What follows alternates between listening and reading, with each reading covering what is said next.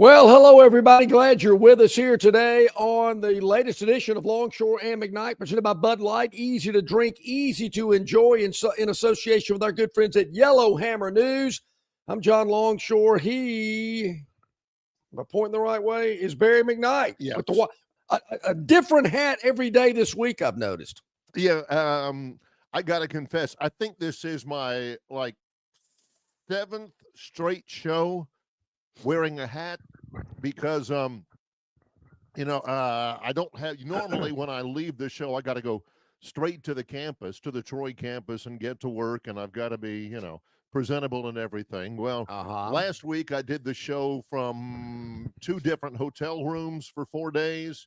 We were off Monday, and then Tuesday, I didn't wear a hat, but Wednesday, Thursday, I definitely did because I don't have to be presentable until. Yeah, my question is, knowing the size of your head, how do you find that many hats that'll fit your head? Because that's the problem I have. I don't have a lot of hats because they make them too small. Do you ever? And I have this. My hat size, it varies. It can go between, say, 7 5/8 and 7 3/4.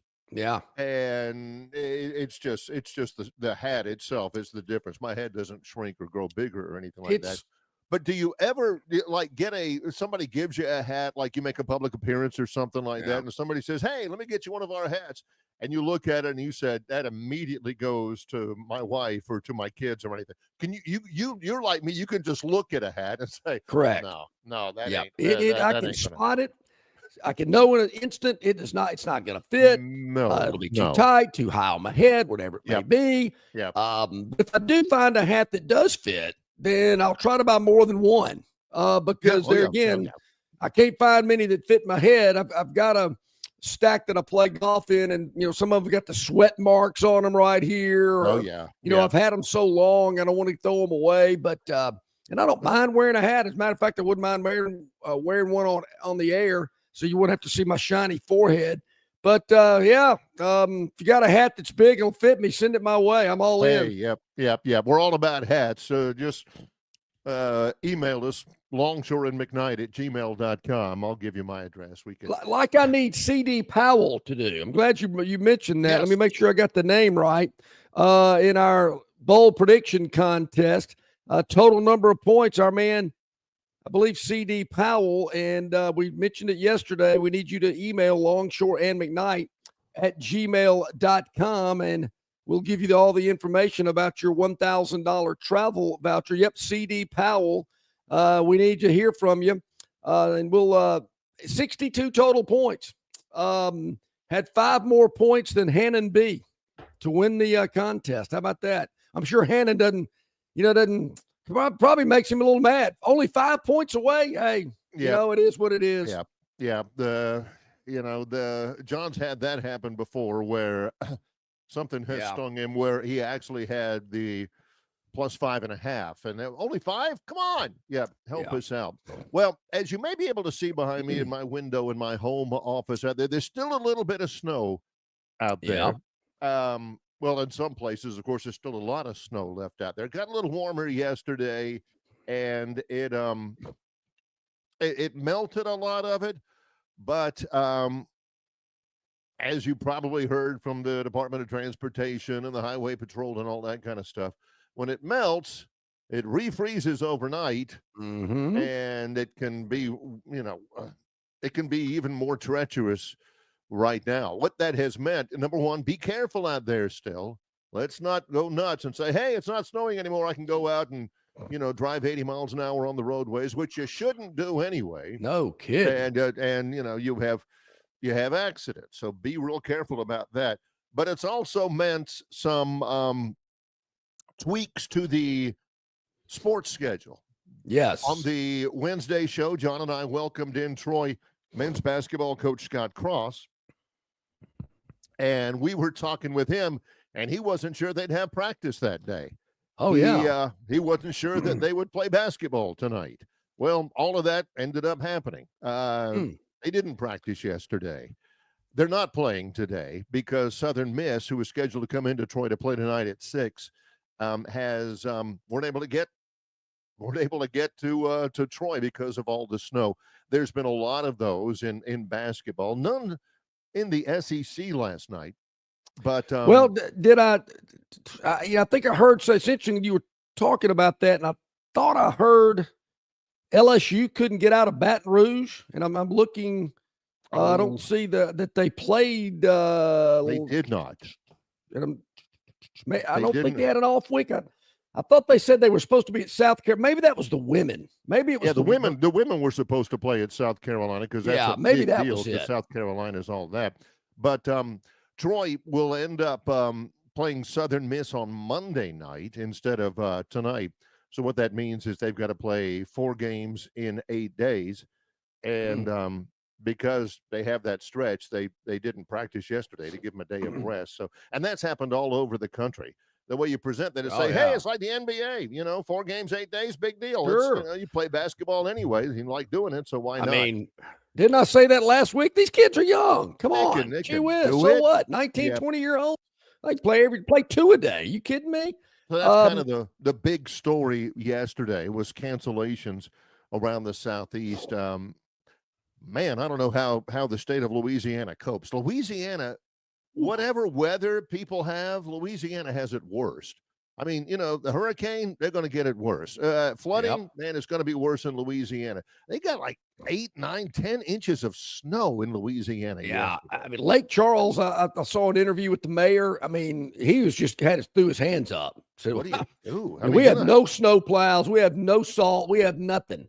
So you're going to have to let it melt. Same with New Orleans, same type deal. And boy, the hurricanes that have come through there. Now they got snow, something that, I don't ever remember hearing any stories of snow in New Orleans. And I know down in South Alabama, it's pretty thick there as well. And it's going to take some melting. Here in Montgomery, most of the snow that the sun was able to hit yesterday melted.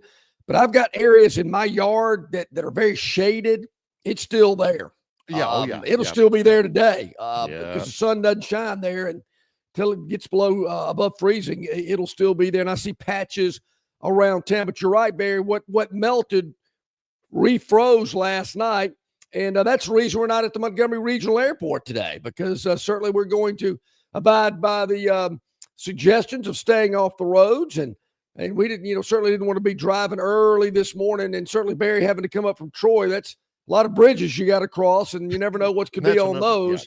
Yeah. And so we're going to do that next Thursday out at MGM. But I know here at the Phantom household, school is in session. So, hey, you guys get up. Come on. Let's go. Come on. Let's go. School's in today. That's right. That's right. Getting kind of back to normal a little bit. And, of course, still be very, very careful out there. A lot of you have resigned yourself to staying back at home again. Troy's campus is closed. A lot of stuff is still closed. The city of where I live is closed as well. So might as well just hunker in and catch Longshore and McKnight, and you get done with that, and you tap your fingers a little bit and say, I'm gonna watch it again. That's a great point, because you can only watch so much.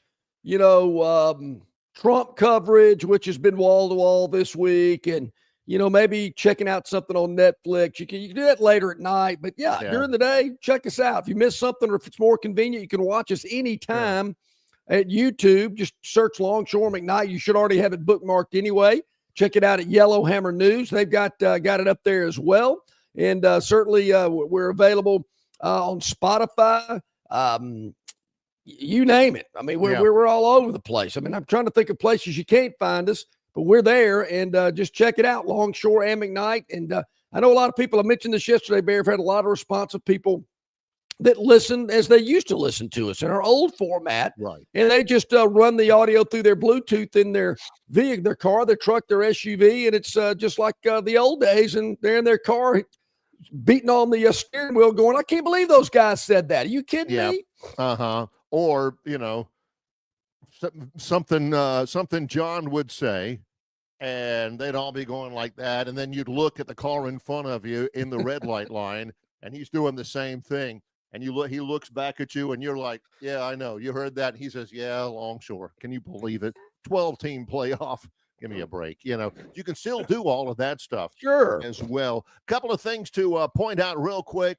Kirk Lehman, good morning to you. Hey, Kirk. Good job. Back. Yeah. We were wondering. We were hoping that everything was okay with you. Always love our faithful listeners and all of that.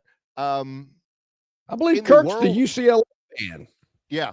In the world of sports, not a ton yesterday. 3 close games in the SEC in men's basketball. Texas A&M wins at Ole Miss by 1. Georgia loses at Arkansas by 3. Florida beats South Carolina by 1. It's going to be that way in the SEC all year. It's going to be a dogfight. Auburn and Alabama don't play until Saturday. Auburn hasn't played all week. Big one at Neville Arena on Saturday. Auburn will host Tennessee, number 1 versus number 6. That's 7:30 on ESPN. Number 4, Alabama hosting LSU. That's also at 7:30. That's going to be on the SEC network. It is still surreal to me that we are talking about Auburn and Alabama men's basketball, men's collegiate basketball, both in the top 5, and both of them, Barry, really, really good. These are not flukes. And these two teams can't play soon enough. I know it's the end of mid-February. I think it's the first game that they play. Then they play 2 weeks later, I believe. I don't know why the SEC scheduled it that way, but I'm really looking forward to when Auburn and Alabama get together. And I'm not even sure where the first game's being played. That I mentioned it. It's being played in. Well, let's see. I just kind of know when the dates are, but I don't know where they're playing. Yeah, they play in Auburn on February the 15th. And then they play at Alabama February 15th. They play in Tuscaloosa on a Saturday, February 15th. And then they play on March the 8th. Depending on what the score is. If Auburn's got a big lead, I'm still not sure that will happen. But maybe, who knows? Yeah. But this, Barry, might be one of the few Auburn-Alabama games in Tuscaloosa where the Auburn SGA president presents the ODK trophy and then everybody leaves. Because that used to be what happened when I was there. They present the halftime trophy and everybody get all, ooh, yeah, way to go. Ray Perkins would walk out there and get it. Then everybody'd leave. It'd be like a fire alarm or something like that. Maybe they'll stick around till the end of the game this year. I remember calling an Alabama men's basketball game on television up there one time. This was Mark Gottfried era, and they were pretty good. But still, even then, I remember one night, I want to say they were South Carolina or somebody, and it was Greek night. Right. Okay. And, all of the sorority girls, they had on the shirts with the Chi Omega and the Kappa Delta, woo, all the time and everything like that. And then at halftime, we're about to go into highlights and stuff. I'm looking around and it looks like somebody pulled a fire alarm. I'm literally saying, hey, is there a hurricane warning or something? Have we got to clear? They found out later that all they had to do was to get their points for their sorority or to get their points for their fraternity, their group spirit points. All they had to do was stay until halftime. And I mean, when that halftime buzzer hit, it was like the start of Olympic race walking or something. Yeah. Whoa. I want to say the basketball coaches would go to all the bars and say, listen, you can't have 3-for-1s till the game's over. Please. At least let the game be over, then have your bar specials, because they'd have these bar specials that would start like at 8 o'clock, which was about halftime of the game. Everybody, we're going to go to Gillette's, got to go to Lee's Tomb. You kidding me? 3-for-1s. Can't do that. It'll hurt your attendance. Never thought about that. Yeah, you got to work with the bars to make sure you don't have these big specials going on while the game's being played. And I will say, when I was a freshman, Bear, I get up there and I'm hearing about, they had bar wars. I don't know if they do that anymore, I think the ABC cracked down on it, kind of like happy hours or whatnot. But I get up there and it's like, hey, man, we're going to the Brass Monkey tonight. It's 4 for 1. And I'm thinking, how in the world am I going to walk around with 4 drinks in my hand? I couldn't figure it out. I'm going 4 for 1s. And then somebody go, oh, yeah. And then I think next week it's 5 for 1s. And I'm thinking, how in the world do you walk around with 4 or 5 cups in your hand? Hello, Einstein. They put 4 shots in one glass. I went, oh, now I get it. Okay, that makes sense. I could not figure out how you walked around with 4 cups in your hand. Theodis actually typed out his chat in response to that in the middle of your sentence. He said 3 for 1 used to be 3 shots, 1 drink. Yeah. Theodis knows his way around. Theodis has lived, Theodis has seen things. No kidding. So some basketball last night, nothing tonight that I know of. And on the men's side, as Barry mentioned, Troy was scheduled to play tonight. They're going to reschedule that one. We were supposed to be at the Montgomery Regional Airport today. We've rescheduled that. But tomorrow we will be at Stivers Ford in Montgomery, weather permitting. I think we'll be okay there tomorrow out at Stivers. But today we got a lot going on, Barry, as always on Thursdays. Jason Caldwell, Auburn Undercover in about 15 minutes. At the top of the next hour, Rodney Orr, the TiderInsider, presented by the Destin Connection Seafood Market. And our man Bart Hyche, our resident college basketball insider, will join us at the bottom of hour number 2 today. So we're very excited about that. Very excited about getting this edition, episode 104. Believe it or not, this is episode 104 today. And we really appreciate the success that everybody watching, liking, subscribing. We really appreciate that. In association with Yellowhammer News, this is Longshore and McKnight. Presented by Bud Light. Hey, folks, let's start 2025 off on the right foot at Stivers Ford in Montgomery, where you can get a 2024 Ford Bronco up to $10,000 off MSRP as low as $34,990. What about the popular Ford Escape? Well, you can get one as low as $24,990 and 1.9% APR for 66 months. You know, the Ford Explorer is what started the SUV craze back in the early 80s, and it's still going strong today. You can save up to $8,000 off MSRP as low as $33,990 and 1.9% APR for 66 months. But I know what you're asking me. John, what about the popular F-150, America's best-selling pickup for over 50 years in a row? Well, you can get a 2024 F-150 Crew Cab at 1.9% APR for 60 months or up to $15,000 off MSRP, plus no payments for 90 days. And they've got plenty to choose from. I've never seen as many cars and trucks on the ground at Stivers as they've got there today. Go by and see for yourself. 4000 Eastern Boulevard, Stivers Ford in Montgomery, where Price sells cars and trucks. In sports, if you think joy only happens after you win, think again. Look at the world's most successful athletes like Serena Williams, Brooks Koepka, and Alex Morgan. They don't spend all their days grinding away. They take time to enjoy themselves, like getting together with friends over a Michelob Ultra, because they know that happiness is the key to winning, and that joy is the whole game, not just the end game. Michelob Ultra. 95 calories, 2.6 grams of carbs. It's only worth it if you enjoy it. Enjoy responsibly. AB Michelob Ultra Light Beer, St. Louis, Missouri. Don't miss your chance to win big at Victoryland Casino. Play the latest, hottest, most exciting games around with fun bonuses and big jackpots. Don't miss out on your free play. Stop by Player Rewards today and check out this month's exciting free play promotions. Come see why our players keep coming back. You'll have more fun at Victoryland Casino, where you can be a winner too.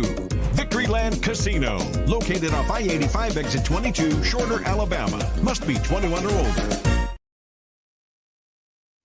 All right, welcome back in, everybody. Glad you are with us here today. About 19 minutes past the hour. Longshore and McKnight, presented by Bud Light. Easy to drink, easy to enjoy. Man, Kirk says he's out in California, Barry. He's in San Diego, waiting for his flight back home. And, man, he said the fires were just unbelievable. I could not imagine, Kirk, what I've seen on television. I was about 150 miles away from Los Angeles last week and asked my friend who lives out in the Palm Springs area.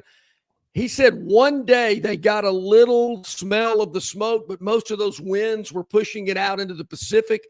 So they didn't really get affected by it. You know, and being 150 miles away, I can certainly understand that. There's really, bless you, you know, not to make light of it, but there's really nothing to burn out there. It's just nothing but desert. But yeah, just terrible situation, Kirk. I can't imagine that. God bless you. Safe travels home. We brought this up, and I am sure, dead solid sure, that John has had anecdotal evidence or a story or two to tell about situations like this. I guarantee you this game last night brings back some kind of memories of other instances like this for him. Last night in the SEC, probably the most nondescript game. I said they were all close. Yep. The only game where neither team was ranked was Georgia versus Arkansas. Now, bear in mind this. Arkansas was favored by 1.5, right? 1.5. That's important. 1.5. Yep. Arkansas favored by 1.5. They're playing at home. They were trailing by 15 with a little bit less than 17 minutes to go. Georgia was leading that game 46-31 with 16 minutes and 41 seconds to go. Georgia was playing Arkansas off their feet. Arkansas had an 18-6 run.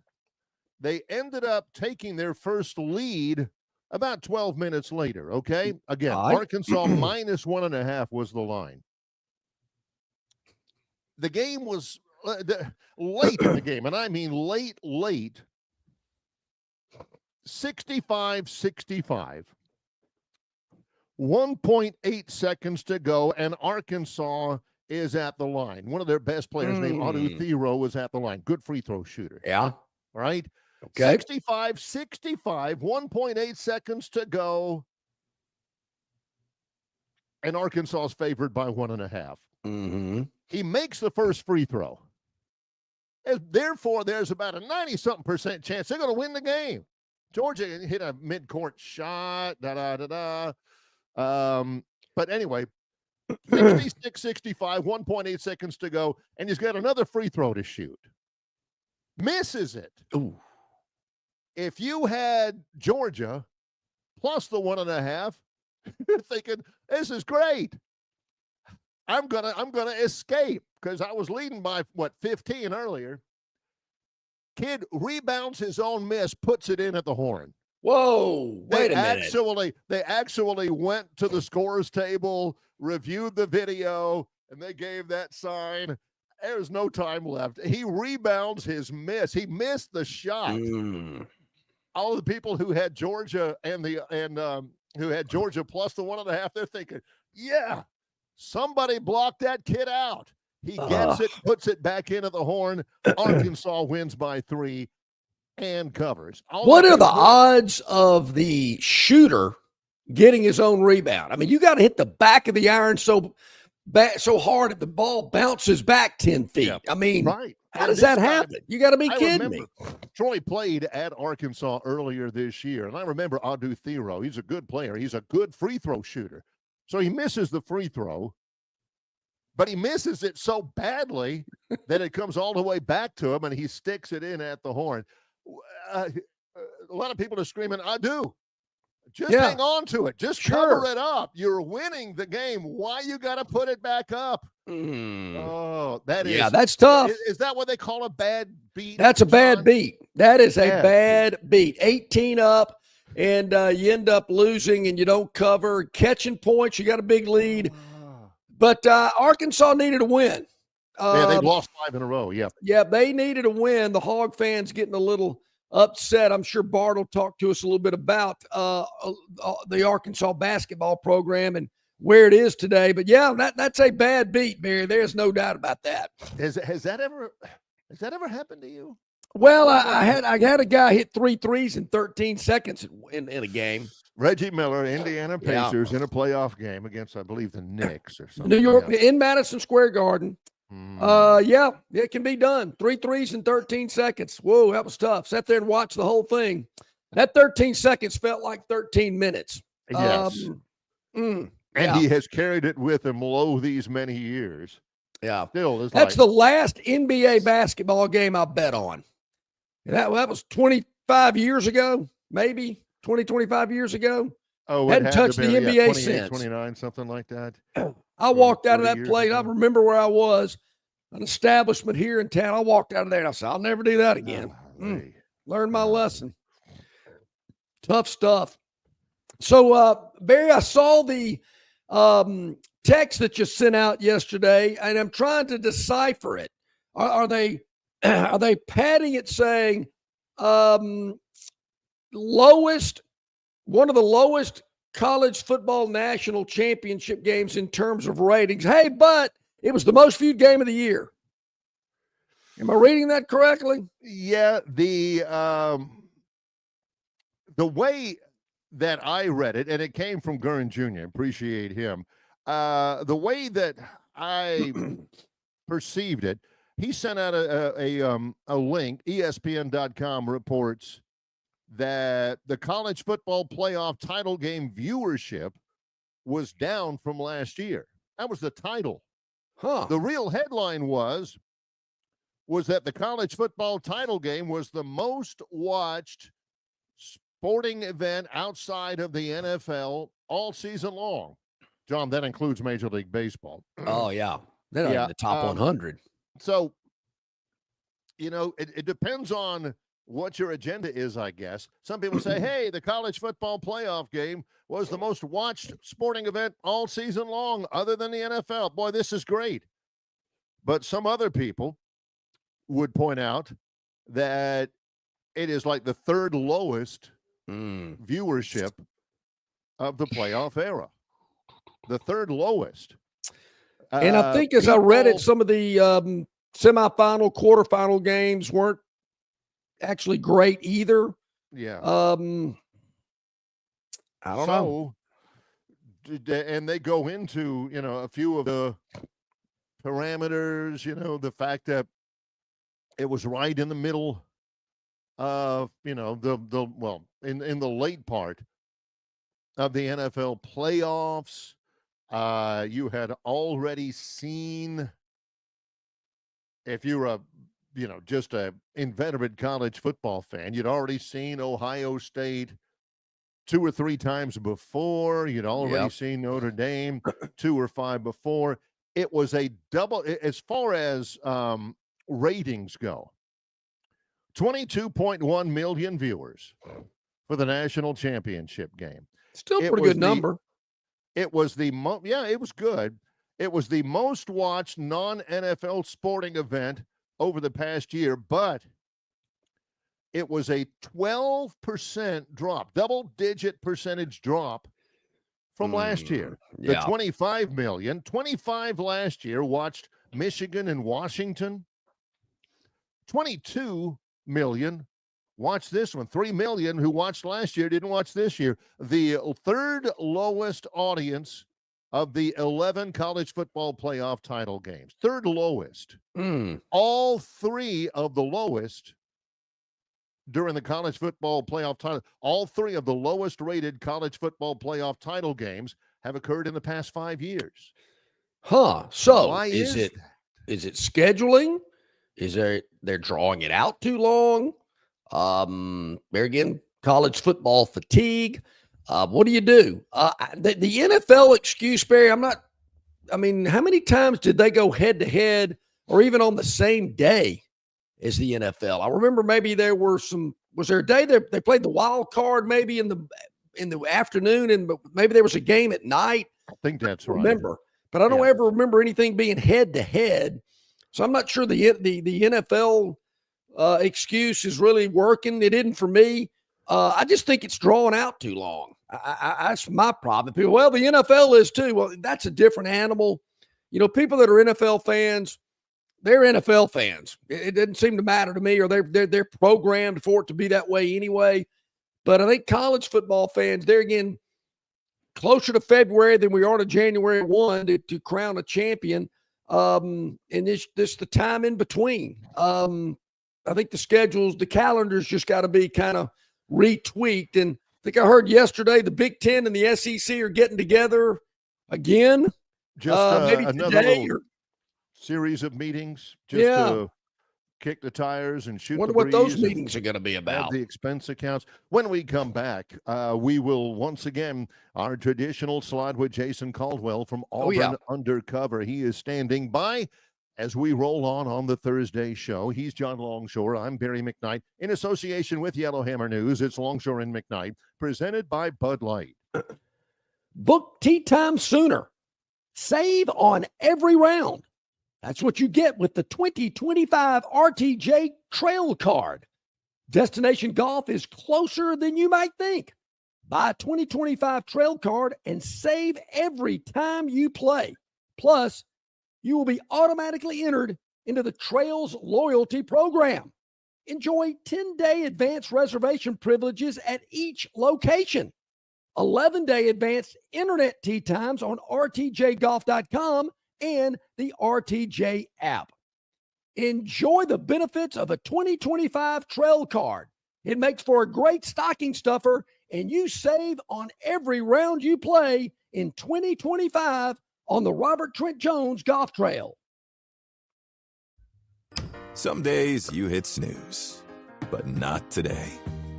Today you have to go on a run to get burgers for the tailgate. You've got to haul something heavy. A cooler stocked with Bud Light. When you've got beer and football, nothing is hard. Until the other team scores. Bud Light. Easy to drink, easy to enjoy. Enjoy responsibly. 21 plus, copyright 2024, Anheuser-Busch, Bud Light Beer, St. Louis, Missouri. Dixie Electric Plumbing and Air rallies for you. No matter the problem, Dixie will tackle it. They're licensed and trusted electricians, plumbers, air and garage door technicians are ready to win for you. From toilets to garbage disposals, circuit breakers to HVAC systems, Dixie never fumbles. Don't throw away your hard-earned money on second-string contracting companies. Score big with Dixie. After all, they are your biggest fan. Visit calldixie.com or dial them up locally at 262-2946. Okay, welcome back in, everybody. Glad you're with us here on this Thursday, and we're glad to bring in our friend Jason Caldwell, Auburn Undercover, on our City of Montgomery guest hotline. Hey, Jason, thanks for joining us this morning. Hope you're doing well. Doing well, guys. What was the weather like the last couple of days over there, Jason? And has it impacted practice or game schedules or anything? What's the impact? No game schedule impacts, but I don't know about practice in terms of, most of them live on campus, so they could probably walk over and do some things they need to. But campus is still shut down even today.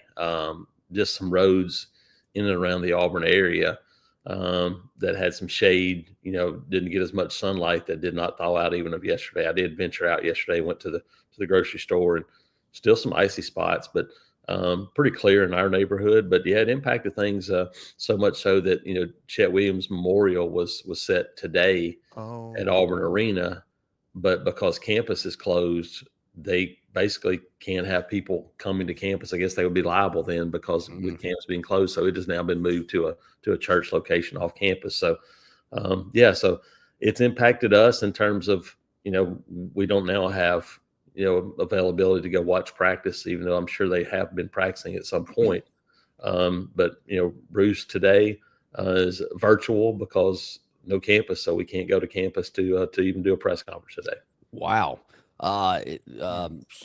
Trying to get things back to normal, just got to let this stuff melt. I think that's the case just about everywhere in the South that doesn't have the equipment, which no reason to have snow plows and rock salt and all that kind of stuff. So yeah, got to have that sun shining down on it. This week, Jason, not having a game during the week, I got to think, man, couldn't have come at a better time to get some folks healthy on this basketball team. Yeah. Room. Yeah. I think everybody, you go and it just like going through a football season, you play in the Southeastern Conference and you're going to have some bumps and bruises. Dylan Caldwell, we've seen him at times, and other guys. So it's a good time to kind of recover for everybody. But obviously Janai Broome is the guy that kind of everybody be watching. Nathan King talked to Stephen Pearl earlier this week, and he said, look, we're not going till it's 110%, till he's fully cleared and ready to go. We'll see how close he is to this weekend. we saw him last Saturday in Athens, still had his boot on, but I think pregame he was out there shooting some free throws and doing stuff. So I would guess he's probably getting close, just my guess. But I don't think they're ready to run him out there until they feel like he's fully ready to go. And for this team, the resume you already have, I think you can wait until it's time. I can't remember if I've ever seen, I can't remember many times where a team for the entire year has 10 Q1 quadrant 1 wins, Jason. I don't think I know I've never seen a team have 10 quadrant 1 wins before the end of January. Yeah, I think there's only 3 games left on the schedule that aren't quadrant 1 games for Auburn too. So, yeah. I mean, you win 6 or 7 more of these games and you're going to have 16 or 17 quadrant 1 wins. Meanwhile, Duke only has 1 left. They only have 1 game left on the schedule that's a quadrant 1 game in the ACC. That's wow. I mean, we've seen a total reversal in what these basketball conferences look like. I mean, I think back to the 90s when you had Tim Duncan at Wake Forest, and you had Florida State with good teams, and obviously NC State, Duke, and North Carolina. All those quality basketball teams. And you look at it now and you go, like, North Carolina is absolutely a bubble team after losing again. Wake Forest is playing pretty good, but they don't have a whole lot of great wins. I don't know where you look outside of Duke at the moment in that whole league, which is crazy. Meanwhile, in this league, you look again last night. I think I saw a stat, there's 120 minutes of basketball played, and for 119 minutes and 47 seconds, the teams that all lost led those games. Yes.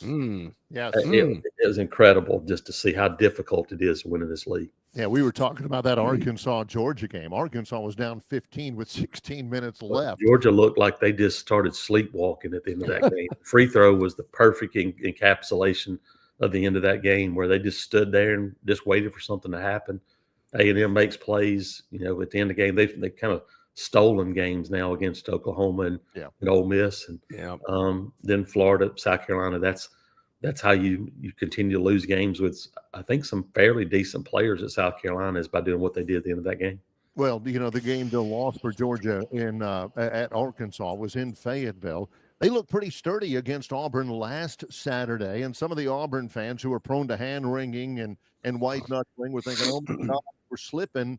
But still, Auburn went to a tough place against a good team last Saturday without their best player and got out of there. Yeah, no, I mean, Georgia has some talent, and like you said, Arkansas does too. That's the thing about this, is you look at Arkansas and you go, they haven't won any games. Well, they still got a bunch of guys that are pretty good players. They just haven't played very well.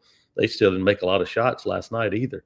What they did was they got after it and rebounded and played really hard at the end of that game, and that made the difference. And that's going to be the key no matter who you play the rest of the way. And that'll be what Auburn has to do Saturday, because there'll be a team that comes in here that plays really hard, when Tennessee comes to town.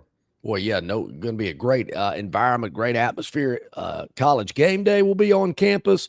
Man, 2 big teams. It's going to be a great atmosphere there on Saturday night. And you mentioned, Jason, I thought that was, you're right. I mean, you talk about Duke and the league they're playing in, and who Auburn's got left on their schedule, and a lot of other teams in this league. I think maybe deep down or privately, SEC coaches are going, well, we're being tested. We're playing great competition. That certainly should help us out in postseason. It should. And, it'll be that argument that you come down to the end of this thing. What'll be more important, record or resume? Who knows? You never know how it's going to react.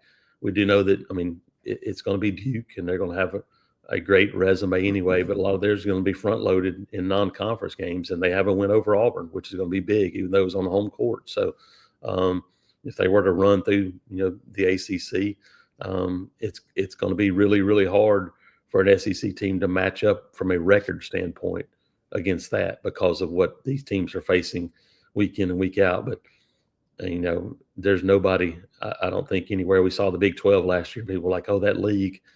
The Big 12 last year is not as good as the SEC is this year, in my opinion. And so you start matching up the difficulty of playing in this league, and I don't know that we've seen one like this in a long time. Well, we've also the difficulty of playing the teams, but also, my gosh, everywhere. You've been at this a long time. You've gone to places where, I mean, it looks like the hired help was just about half of the crowd out there. Yeah, I covered a team. I covered a place that for the most of my years has been that very place. Not going to be that way Saturday, though. No, it's not. But I mean, you think about it. I mean, Mississippi State for a lot of times, Ole Miss a lot of times, Alabama, LSU. I mean, LSU. Yeah. Everybody in this league, other than Kentucky and Arkansas, have been that place at one point or another. And now none of these places are like that. Yeah. I mean, South Carolina is big, and but they still have some fans. That's a good. When we saw Arkansas last night, Arkansas Ophir, those people still show up. And so, but you look at the rest of this league now, and every place you walk into now is a hornet's nest. In basketball, it makes that's the biggest home court advantage you can have in any sport is in college basketball, and it shows up.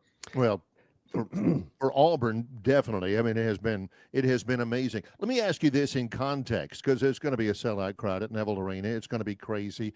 I imagine it's going to be a real centerpiece, because this weekend is also Junior Day for football prospects at Auburn as well. Give us a little sense or a little perspective on that. Yeah, no, it's going to be. I think myself and Chris Clemente did a little piece talking about it, and I think we had 28 that we know of, 28 4- and 5-star kids that'll be on campus this weekend. That's just the ones that we know of right now, probably more than that. So we're talking about maybe close to 3 dozen what you would consider blue chip prospects on campus for this Junior Day. And, we haven't fleshed out the full 32 5-stars. When you start talking about it on 24/7, they're down to, I don't know, like 5 or 6 guys right now, but there'll be 32 eventually. As it stands right now, there'll be 5 or 6 of those guys that would be inside that top 32 ranking that'll be on campus this weekend. So it's going to be a really impressive group. Obviously, in-state kids again with Cedarian Morgan and some of these other guys, but you're talking about 5-star offensive, at tackle. Manuel Iheanacho is going to be on campus.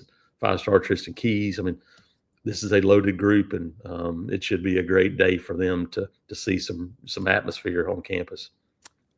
Jason, as I watched the national championship game on Monday, and I just was curious how other people thought about it around the country. As I watched Ohio State end up winning the game by 11, I believe it was, I thought to myself, I know a lot of people have used this to describe them. It's the best team money could buy. Is that what we're in for? Is that the future? Whatever school's got the most money to go out there and, round up the best players to maybe, put the puzzle pieces together as they did, as Ohio State went out and got several key components. Is that what we're heading toward? Yeah, I mean, until something happens, I think that's going to be a big part of things. Now, the interesting thing about Ohio State is that most of that budget was spent keeping guys they recruited, keeping guys from going to the NFL. You look at those defensive linemen, those are guys that 10 years ago would have been gone after this season, but you keep those guys around because of NIL. They didn't really have a ton of portal guys that were playing a big role on that team. The budget was used to keep guys. It reminds me a lot of Auburn Alabama basketball, both. I think Mark Sears and Janai Broom are not guys that would still be on these campuses before this. They wouldn't have been here. They would have gone, tried their hand at the NBA, and then maybe be playing overseas. Because of NIL now, they're able to keep those centerpiece guys on campuses.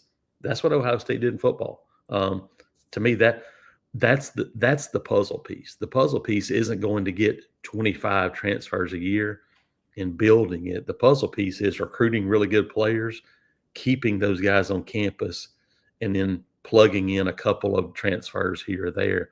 But even that requires money, because if you're recruiting really good players and they have the option to go pro, or you can say, hey, look, we can make it worth your while to stay here for another year.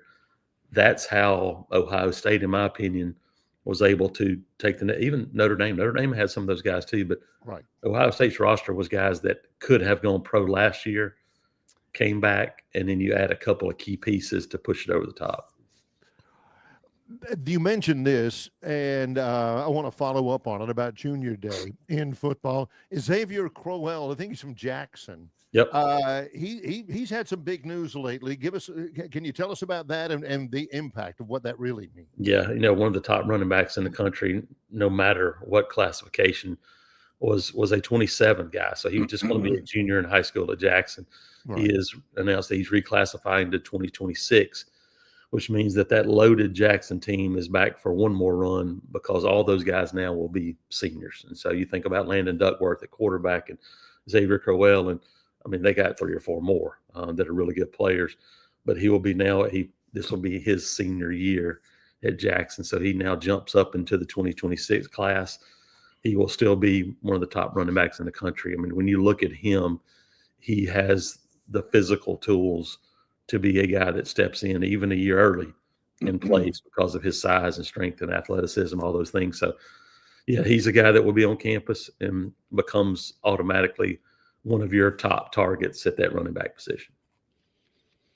Jason Caldwell, Auburn Undercover, a little snowy, some weather issues over there, but things should be in place and ready to go for a huge matchup Saturday night. You mentioned it, 7:30 Neville Arena, College game day, going to be there earlier in the morning. Jason, I don't know, maybe they have started. Are they starting to camp out to be a part of College game day on Saturday morning yet? I think they told students not to because of the temperatures. I think so.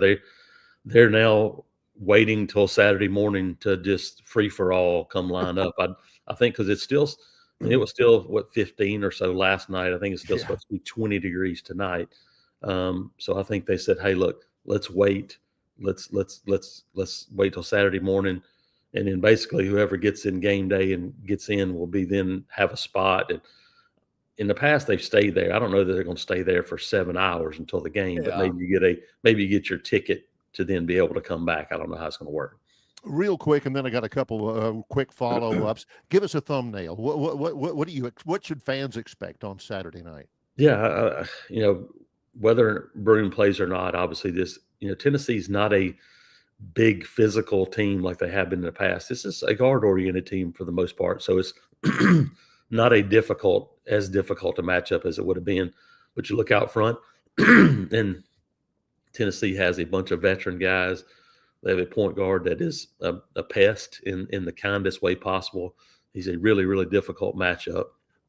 One of the best shooters in the country that they've kind of plugged in there. Then you have Meshack and some of those other guys. Again, it's a roster that you'll recognize a bunch of names, but on the interior, they don't play through the post a lot. They'll be aggressive and do those things. So for Auburn, the same thing holds true for me.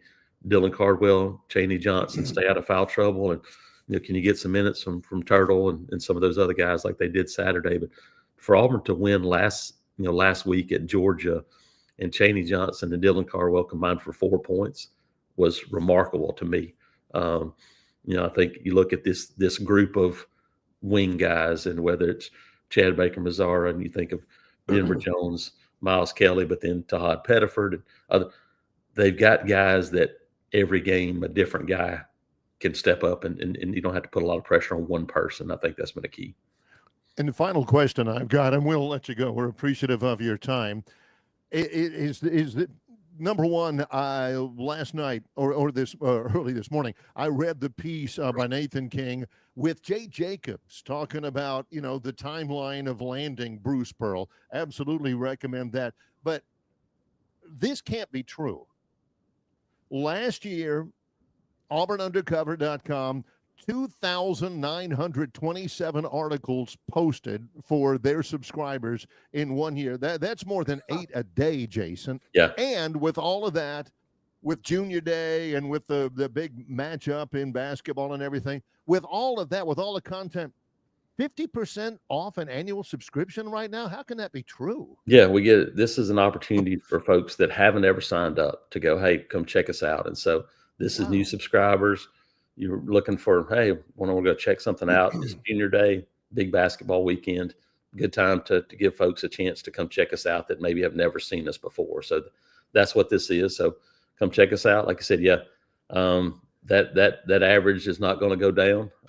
We continue to roll stuff. Yeah. This weekend, it won't even come close. Saturday, Sunday will be, a dozen, 14, 15 probably by the time we get done on those days. So if you want reading content, keep you busy on these cold days, come check us out. Yeah, man. Yep. If you want a snapshot of the Auburn Undercover subscriber base, just look on either side of Jason because that's us, man.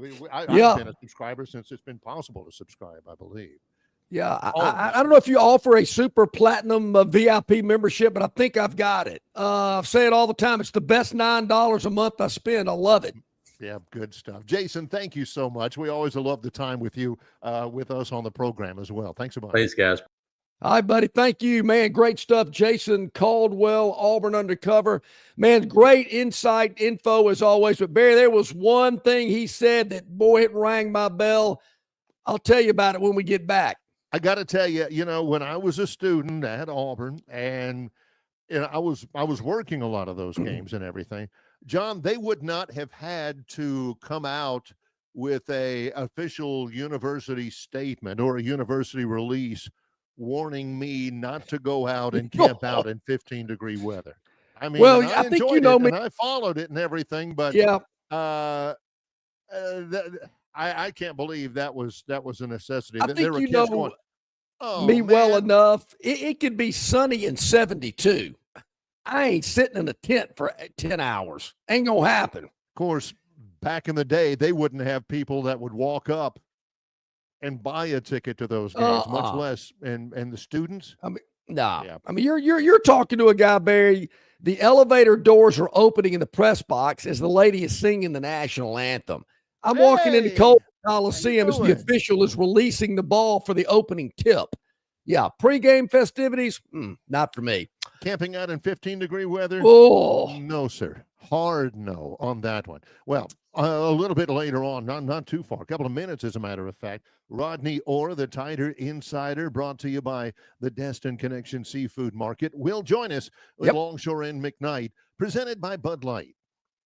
January is a great time to shop Stivers, Chrysler, Dodge, Jeep, Ram in Prattville, where you can save up to $20,000 off MSRP or 4.9% APR for 72 months on a 2025 Ram 1500 Bighorn. And Stivers is Alabama's largest volume Ram dealer. And there's a reason, because Price sells Ram trucks. Also up to $17,000 off MSRP on a 2024 Jeep Grand Cherokee. How about up to $17,000 off MSRP for a 2024 Jeep Wrangler Sierra, and up to $20,000 off MSRP on a 2024 Jeep Gladiator. Folks, this is just a few of the many great deals going on right now at Stivers, Chrysler, Dodge, Jeep, Ram in Prattville on Cobbs Ford Road, where Price sells cars and trucks. In sports, if you think joy only happens after you win, think again. Look at the world's most successful athletes like Serena Williams, Brooks Koepka, and Alex Morgan. They don't spend all their days grinding away. They take time to enjoy themselves, like getting together with friends over a Michelob Ultra, because they know that happiness is the key to winning, and that joy is the whole game, not just the end game. Michelob Ultra. 95 calories, 2.6 grams of carbs. It's only worth it if you enjoy it. Enjoy responsibly. AB Michelob Ultra Light Beer, St. Louis, Missouri. Phoenix Physical Therapy is ready to help patients recover, recharge, and rise. They develop a customized therapy plan for each patient to get them back to enjoying their favorite activities. Their experienced team is committed to providing exceptional care in a professional environment. Whether you're looking to prevent or treat an injury, recover from a recent illness, or recuperate from surgery, schedule an appointment with our clinic and take advantage of our physical therapy, athletic training, workers' comp, and employer solutions service. Experience elevated physical therapy today. Call Phoenix Physical Therapy at 239-9316. That's 239-9316. Okay, back at it here, about 6 minutes or so until the top of the hour. A couple of quick hits here before I get to something that Jason said that really stuck with me. Hey, Bill from Baltimore is heading to Italy. He says he'll at least have one interaction with an Auburn fan overseas. I'll guarantee you that. Bill. No that question. That's even money. Biggest no-brainer in the history of Earth. Yeah. Even if you have, people say, well, I mean, you're wearing your big Auburn sweatshirt, Bill, and you got your big interlocking AU hat and all of that. No, I'm telling you. And John's right. You get a little lapel pin and just stick it on your collar or on your sleeve or something across the airport in Rome. Hey, War Eagle. I'm going to go one further. You can be nondescript, Bill, white shirt, pair of khakis. You're going to see somebody with some Auburn gear on. That's because that's what I see. But obviously, I don't have on Auburn gear, but I see people all the time. It's a little bit different in that regard, in that instance, because you got that radar. I mean, I've seen it before. John and I could be at a packed event like SEC Media Days, not the days itself, but we could be like in the hotel lobby or something like that, or any one of the other places we go to, the Montgomery Regional Airport, which is always busy. But they're moving through. Nobody's standing in lines very long, and John can say, "Oh, check him out," and I'll be like, "What?" And he'll be like pointing across the terminal over by the men's room. And the guy's got on like an Auburn logo on his sleeve. And I'm thinking, how can you even see that? Oh, yeah. He says, man, I got the I Auburn. had an Auburn volleyball player on my flight home from Dallas to Montgomery on Monday night. She had an Auburn sweatshirt on, and one of the passengers asked her something. So I'm on the volleyball team. I went, oh, wow, there you go. See, it just seems like every time I travel, I run into Auburn people. Which is fine, and I get it. And, John has always had an affinity for identifying and interacting with the Auburn Nation. But the one that I never even really loved the story at all was John's interaction. Where was it? In Manhattan, where you ran into Charles Barkley? I did. And the interaction with Charles Barkley just maybe, the most famous Aub of all. John opened the interaction on a crowded street in Manhattan. Hey, Chuck, War Eagle. And he's like, hey, Charles has been a guest on this program before. This was before that, I believe. And he's like, oh, wow, another Auburn fan. Let me be friendly to him. And I'm like, no, that's misrepresentation of yourself. I can tell you, Barry, it was between 5th and 6th Avenue on 55th Street, side street between 5th and 6th. Right. He's walking out of a dry cleaner's with his laundry over his shoulder on hangers, coming out of the laundry, and I'm on the other side of the street. The side streets aren't as wide as the main thoroughfare, 5th, 4th, 5th, 6th, Madison, whatever. I looked across the street and I went, hey, Chuck. And he went, I said, hey, War Eagle. And I crossed the street and we talked and the whole deal. And that's just wrong. Yeah, no doubt. But Jason, no, little did he know. No, you're right. Little did he know. Back then, I don't think it was so long ago. Maybe they weren't, or if I had a camera on my phone, I didn't know I did. But that was probably 15 years ago, I'd say. Jason said something. I asked him about Ohio State. And I thought he made, I was thinking more line how Ohio State went out and spent money getting other players, Caleb Downs, Quinshon Judkins, all the others that they've got on their roster. But I thought it was interesting. He talked about, spending that money to keep your roster intact. But it's still, however you do it, it still zeroes back in onto something that I've been talking about for a long time now. How are Auburn and Alabama going to be able to compete? You still got to have money. So if it's all about making sure you keep your roster together, the first thing I thought of, Barry, was, well, why didn't Alabama do more to keep Caleb Downs? Could they not afford him? Well, what did Ohio State offer Caleb Downs that Alabama could not? It was, I can't remember who it was, but it was when Bryce Young was a quarterback at Alabama and a freshman, and ballyhooed and all that. Somebody said, if I was Bryce Young, I would go in the transfer portal every year, right? Yeah. And just see what my market value is. Caleb Downs' market value when he went in the transfer portal after his freshman year at Alabama is probably not nearly as great as his market value is after his sophomore year at Ohio State with a national championship and played so really well and everything. So it ain't like, you go into somebody like that and say, hey, can we put you down for the same deal next year? No, they're going to want more. The problem is for people like Caleb, who I'm sure he was not unhappy at Alabama. I'd be surprised if he was, but he just wanted to check the market. And he goes in, and all of a sudden, wow, Ohio State's paid. And, he went back to Alabama and said, look, this is what Ohio State's given me. And Alabama says, too rich for my blood. John, that cannot happen very often. You cannot, if you're Alabama, and I'm sure it's happened at Auburn with a few players, maybe not the caliber of Caleb Downs, who is a stud, but John, you can't, if you're Alabama, you cannot afford to have that happen very often. No, I mean, hey, you're a big boy, act like one. I mean, I've used that line for 30 years, and you're letting somebody else come in and steal one of your best players because you don't have enough money to pay him? Is that what I'm hearing? I think I am.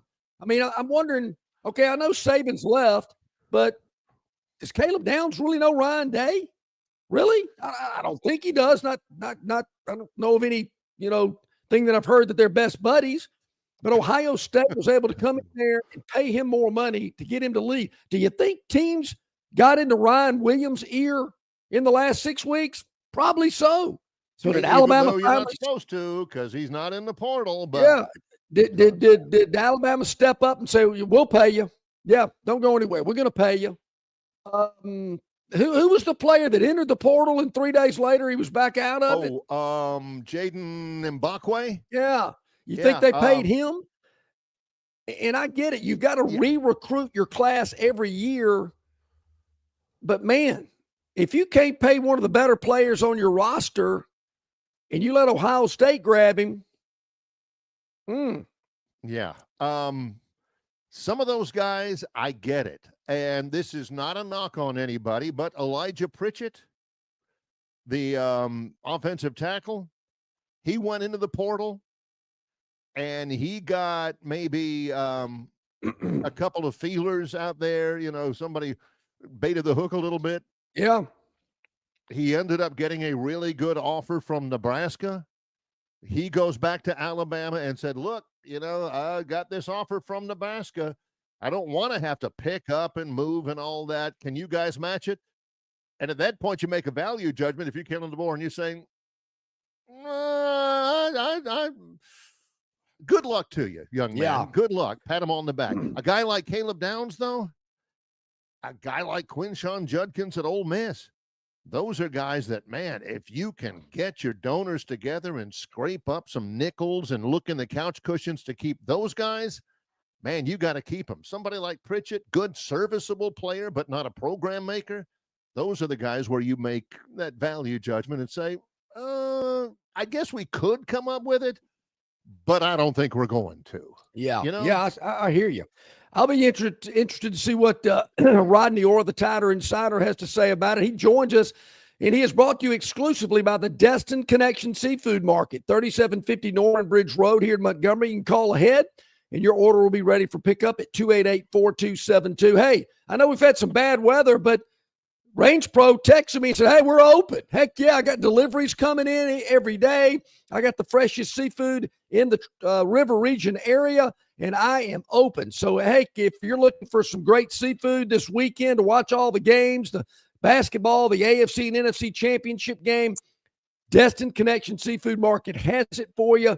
Fresh shrimp, oysters, all the seafood that you're accustomed to. And if you'd like to maybe a great lunch, call ahead at 288-4272 and get that grilled grouper po' boy. That is my go-to, but they have oyster po' boys, shrimp po' boys, all types. Go by and see them today. The Destin Connection Seafood Market, 3750 Norman Bridge Road. Welcome in, Rodney. Thank you very much, as always, for joining us. How are you guys? We're doing really well. As you might imagine, we've been talking about two things a lot since we've been on the air all week. One of them's the weather. The other one's a national championship game. Well, what's it been like up there, and how badly has it interrupted campus life and travel and practice and things like that? Yeah, I mean, it's been obviously extremely cold. I don't know what it got down to last night, but it was really cold. I was out at about 7:30, 8 o'clock, and it was like 24 degrees or something. Hey, for a kid from South Texas, I ain't used to that stuff now. No. But go ahead. I'm sorry, John. It snowed here in Montgomery, but it snowed even more where Barry is down in Troy, about 40 miles away. And the further south you go, the more snow's on the ground. It's unbelievable. Yeah, my brother sent me pictures from Mobile, and he had like nearly 7 inches or something back. And you can see all the snow piled up in his back, and then there's that pool, the swimming pool. And I told him, I said, hey, man, great time to go take a dip. Yeah. No. What do they call it? Chirotherapy? Yes. That's what a lot of athletes use. So cryotherapy. They have it. Not me. Yep, you're exactly right. The other topic, of course, the national championship game. Ohio State looks really impressive in beating Notre Dame. It's a team that unabashedly spent $20 million in NIL for talent acquisition, and they got a national championship trophy to show for it. Rodney, is that the way of the world now? Is that what a national champion is going to look like every year, a team with the biggest checkbook? Well, let me say this. A lot of people bring up this about what Ohio State spent, but what did everybody else spend? That's what we don't know. At least I don't know. Maybe someone else knows, but I don't know. I mean, I know Alabama had to spend some money to keep their roster together. So how much is everyone else spending? I think a lot of talk has been about, how much Ohio State spent, but, I hate to repeat something that I don't know, but there are schools that Ole Miss spent a ton of money. I don't know exactly how much, but they spent a ton of money.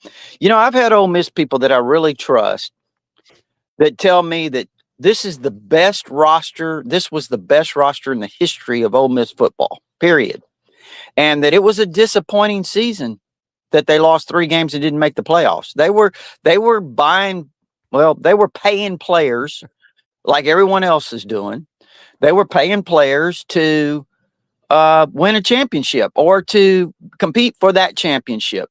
It didn't happen. I'm just using Ole Miss as one example. Yeah. Mm-hmm. And so, again, Ohio State, did they pay the right people, as Saban says? Well, maybe they did, and Rodney, I think we're maybe, and I was guilty of this as well, because we saw what Ohio State in getting Quinshon Judkins and Caleb Downs and Julian Sayin and Seth McLaughlin and others and like him and whatnot.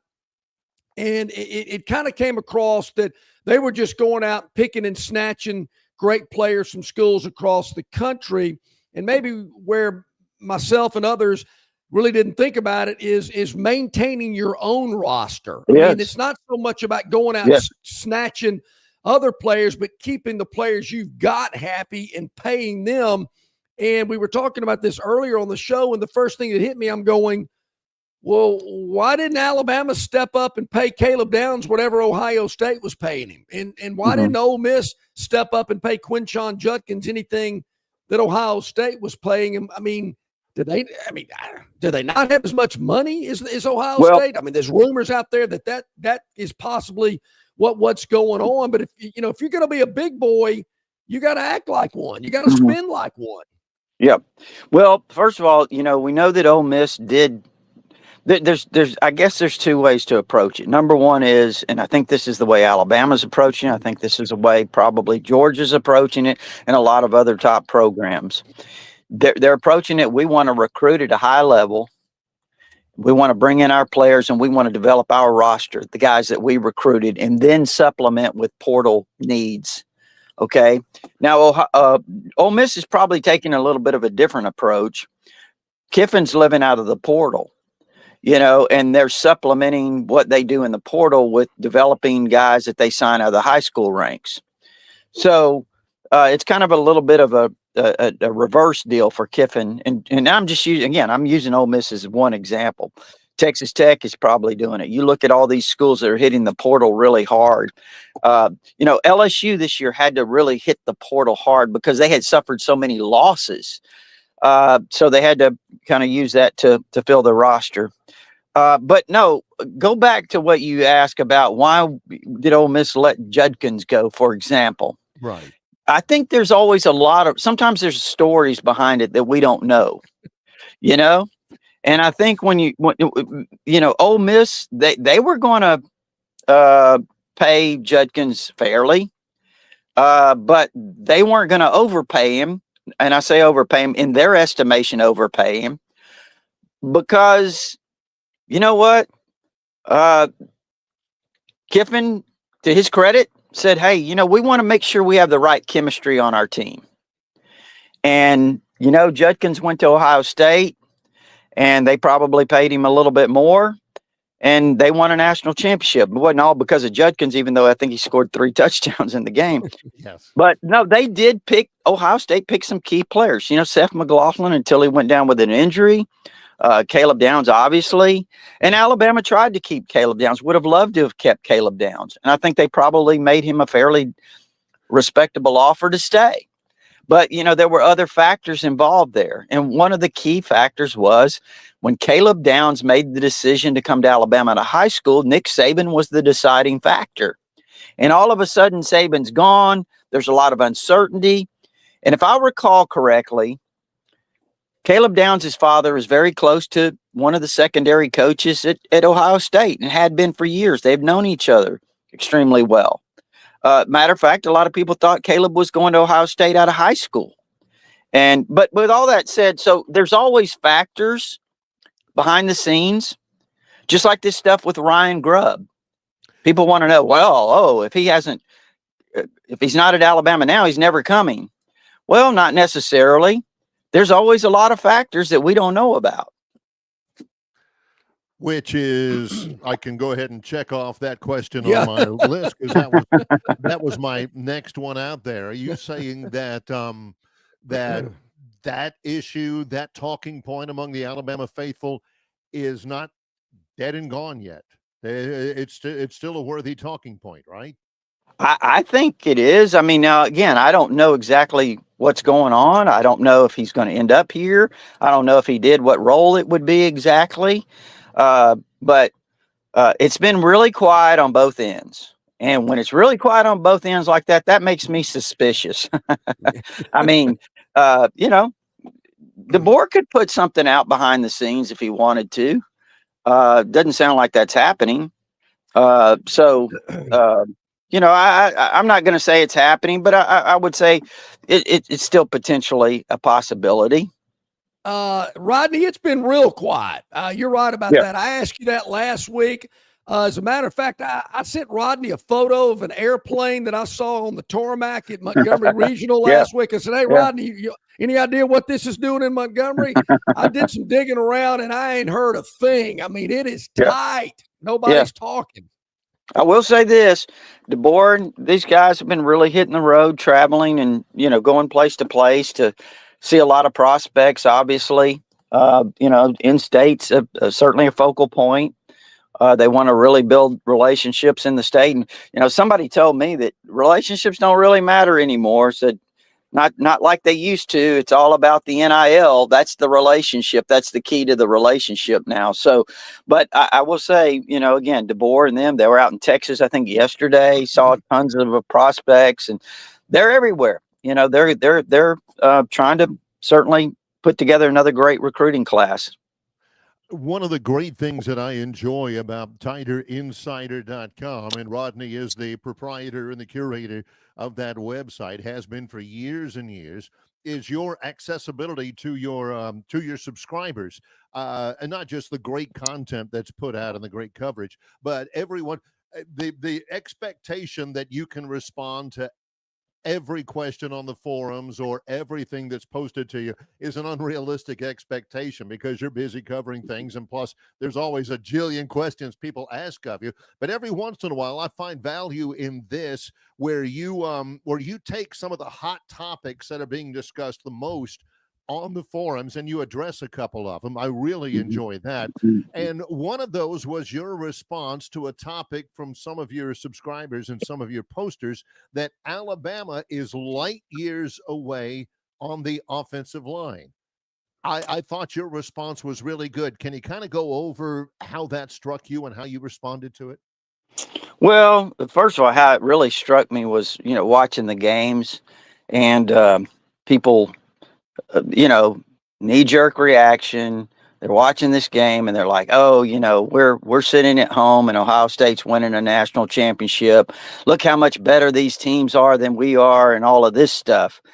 Well, they were talking about the offensive line, and I will say this: I do think that Alabama's a little behind on the defensive line. After watching all these teams, whether it's Texas, Ohio State, Notre Dame played really, really well up front, even though they got gashed in this game. For the most part, I think their coach got everything out of their players. So on the offensive line, and I don't think Alabama, with the talent they have on the defense, let me say this: Tim Keenan, LT Overton, etc. I think they've got some really good young players: Jeremiah Beeman, Edric Hill, Jordan Renaud.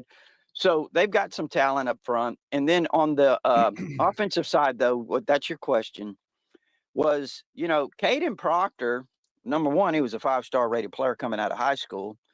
And number two, he started as a true freshman. He and Jaden Roberts, just a couple of years ago, those two guys were key cogs in their offensive line that won the SEC championship, and went and played Michigan and had Michigan, basically beat there at the end until Michigan made that run there. So those guys are really experienced. Parker Brailsford's probably the best center in the country. I mean, he's a guy that's going to probably be a first-team All-American going into next season. And I also talked about this, John and Barry. A lot of people say, well, Proctor didn't live up to expectations. Jaden Roberts didn't have as good a year. They were both injured. They both struggled through the year with injuries. Proctor had a shoulder issue. Jaden Roberts had numerous issues. I thought Gino Vandemark came up, who's back, by the way. He's got a lot of experience on the interior as a center, a guard. He was very valuable as a backup at center, and he started a game or so at guard. So there's a good foundation. With those three guys and Vandemark, plus Wilkin Formby, there were a lot of SEC schools lined up to get Wilkin Formby if he went into the portal. I mean, they were offering him good money. I mean, I say offering him good money. There were reportedly offers out there that would have been very good for him, but he never entered the portal. So obviously Alabama made it a priority to keep him, because they like his potential, and so do other schools. So I say all that to say, Alabama's not that far behind. It was a first year. We'll see what they do with this group this year. You've mentioned, it seems like a couple of years now, Rodney, defensive line. That's an area you've been talking about a lot. Do you get the sense that this staff is really focusing on that position as they hit the recruiting trail? Yeah, they are. I mean, they really are. They're offering a lot of top guys. They offered Elijah Golden from Cardinal Mooney High School down in where is he from? Off the top of my head, I forgot. There's so many of them, but Elijah Golden's one of the top defensive linemen in the country, and they offered him, I think yesterday, day before, 6'3", 260. They're offering a bunch of defensive linemen. So they're hitting the defensive linemen pretty hard, and they've got some guys in state that they really like, obviously, that they potentially could make a run at. Rodney Orr is with us, TiderInsider, taking into account all that, taking into account the spring portal, which will be available after what will be a very, very, very important spring practice session for Alabama. They open up at Florida State August 30th, at Doak Campbell, then ULM at home, then Wisconsin at home, then an off week before Georgia in Athens on Saturday, September the 27th. In those first three games, the quarterback position better not only be identified, but somebody better be proficient there. If you're putting your money on one of those guys to be the starting quarterback going into Athens, would it be Ty Simpson? Right now it would, yeah. Yeah, I think Ty's probably the guy. I mean, he's got a lot of tools. I actually talked to someone, a former SEC coach, a couple of days ago about Ty, who had recruited Ty when he came out of high school. And he said, Ty's got elite arm strength. He's got an elite arm. He's got tremendous ability. He said one of the things when Ty came out of high school was that people really didn't focus on, that coaching staffs do, is he played at a really small school in Tennessee at Martin Westview. And, sometimes it takes, especially for a quarterback on a small school level, to adjust to this. It takes a couple of years. Right. And, by that time, Milroe had become secure in that position. So I think that's the one thing with Ty is just growing up, maturing. He's really, Ty is really hard on himself. And kind of like Mac Jones was. You remember Coach Saban used to say, they used to work on Mac because, hey, Mac, you don't make a play, you can't pull a John McEnroe out there. I mean, that was the one thing Saban used to say. Yeah. Yeah, and Ty's kind of like that a little bit. He's a perfectionist, but as the coach pointed out, he's got a lot of ability. Said he's got a ton of ability. So I think Ty, yeah, and you're right. I mean, you go into Doak Campbell in that first game against Florida State. I know Florida State wasn't very good this year. We know what they were the year before, and I'm sure Norvell's going to have that team ready. That's a big game for Florida State too. Mm-hmm. I mean, they're going to be breathing some fire, and so that's going to be a real interesting game. Alabama needs to win that game. I'll say that. I'll say that. I would say that as well. You don't need to start off year two of the Kalen DeBoer era with a loss to a Florida State team that was pathetic this year, and that's what most Alabama people are going to think about. Gus Malzahn on that staff too. Gus, of course, is given Alabama fits over the years, so that'll be interesting. Rodney, that's what men's professional tennis is missing. We need some McEnroes. We need some Jimmy Connors, some Ely Nastasis out there jumping on the officials, throwing rackets. I mean, that's when I was watching it. Tennis is boring now. Yeah. That was back. Now, wasn't Bjorn Borg? He was a pretty good guy, though, right? He was. He was kind of mild-mannered. He was kind of mild-mannered. McEnroe was really out there. There's some fans out there who would like to have seen a little bit more of that from Kalen DeBoer. He was not that matters in terms of X's and O's and productivity or something like that, but he needed to go Prince Wembley on a couple of those guys and snatch a couple of face guards or something like that. That was a good one. Remember that Sugar Bowl that Bill Curry grabbed his face mask, Rodney? I know you did. Yeah, that's funny. I mean, I remember that, and you wondered this day and time, could a coach do that? But Curry snagged that face mask. But there's a lot of people that said Curry should have been doing that earlier in the year because Prince had been doing that all season long. Yep. And then all of a sudden, those cameras are right on Curry, and he put on a good show for sure. But if he'd have done that in year one, he might have stuck around a little longer. Who knows? Yeah, that's right. Rodney, last week when we talked to you, Alabama had lost a home basketball game to Ole Miss, and we talked about how important it was going to be to go to a tough place on the road to Lexington. They looked great, scored over 100 points, and they come home Tuesday night, do it again against Vanderbilt. So got a little momentum leading into Saturday's game. Excuse me. Wow. Hosting LSU Saturday night. Wow. Sorry about that. Bless you. It's first of all, coming off that game against Texas A&M, I thought Alabama had shown a lot of mental toughness in that game. And then they just, were totally out of sync against Ole Miss. Ole Miss did a great job. First of all, they're a really good team. And you know what? Beard's a great coach. So they just got taken to the woodshed. And you just really wondered. I was looking, kind of watching, you watch TiderInsider, and you kind of evaluate what people are saying.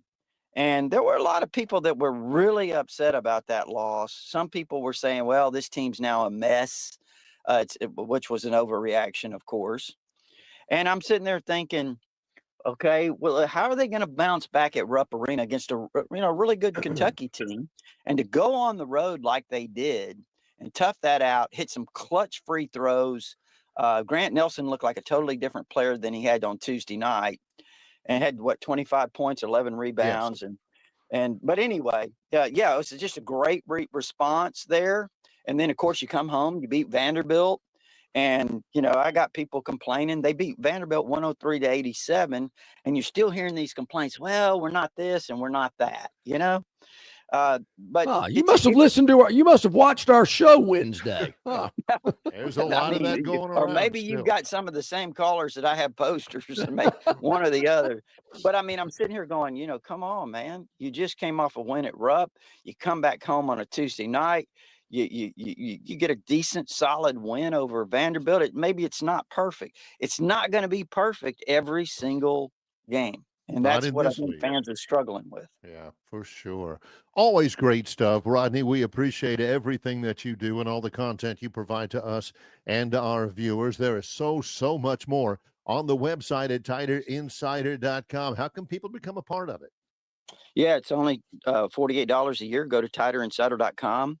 And you can use your credit card there, get instant access, or if you prefer, there is an address there to send a check. It gives you all our premium information, but also our All Sports Forum. That's our community there. And that's really our focus right now at this point in the kind of year, is to communicate with our fans. And there, the Alabama fans there on TiderInsider.com, kind of share like you mentioned earlier, Barry. So again, it's only $48 a year. Rodney, as always, man, we greatly appreciate it. Always enjoy our visit each and every Thursday. Have a great week, and we'll talk to you next week. Okay, guys. Look forward to it. Take care.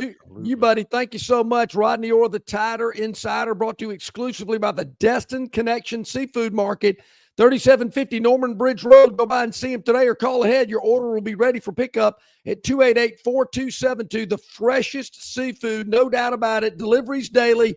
If it's swimming, they've got it. I can promise you, at the Destin Connection Seafood Market.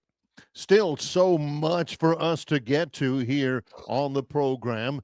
NFL playoffs, basketball, and a lot of your stuff as well in association with Yellowhammer News. It's Longshore and McKnight, presented by Bud Light. The Destin Connection Seafood Market offers the freshest seafood direct from the Gulf of Mexico with deliveries daily. Snapper, grouper, pompano, flounder, copia, along with medium, large, and jumbo shrimp, hand-picked crab meat, and chucked oysters. They can even cook your order for easy, quick pickup.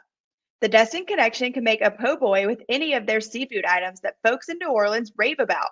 Go by and see them at 3750 Norman Bridge Road or call 288-4272 for pickup orders. Some days you hit snooze. But not today. Today, you have to go on a run to get burgers for the tailgate. You've got to haul something heavy, a cooler stocked with Bud Light. When you've got beer and football, nothing is hard. Until the other team scores. Bud Light. Easy to drink, easy to enjoy.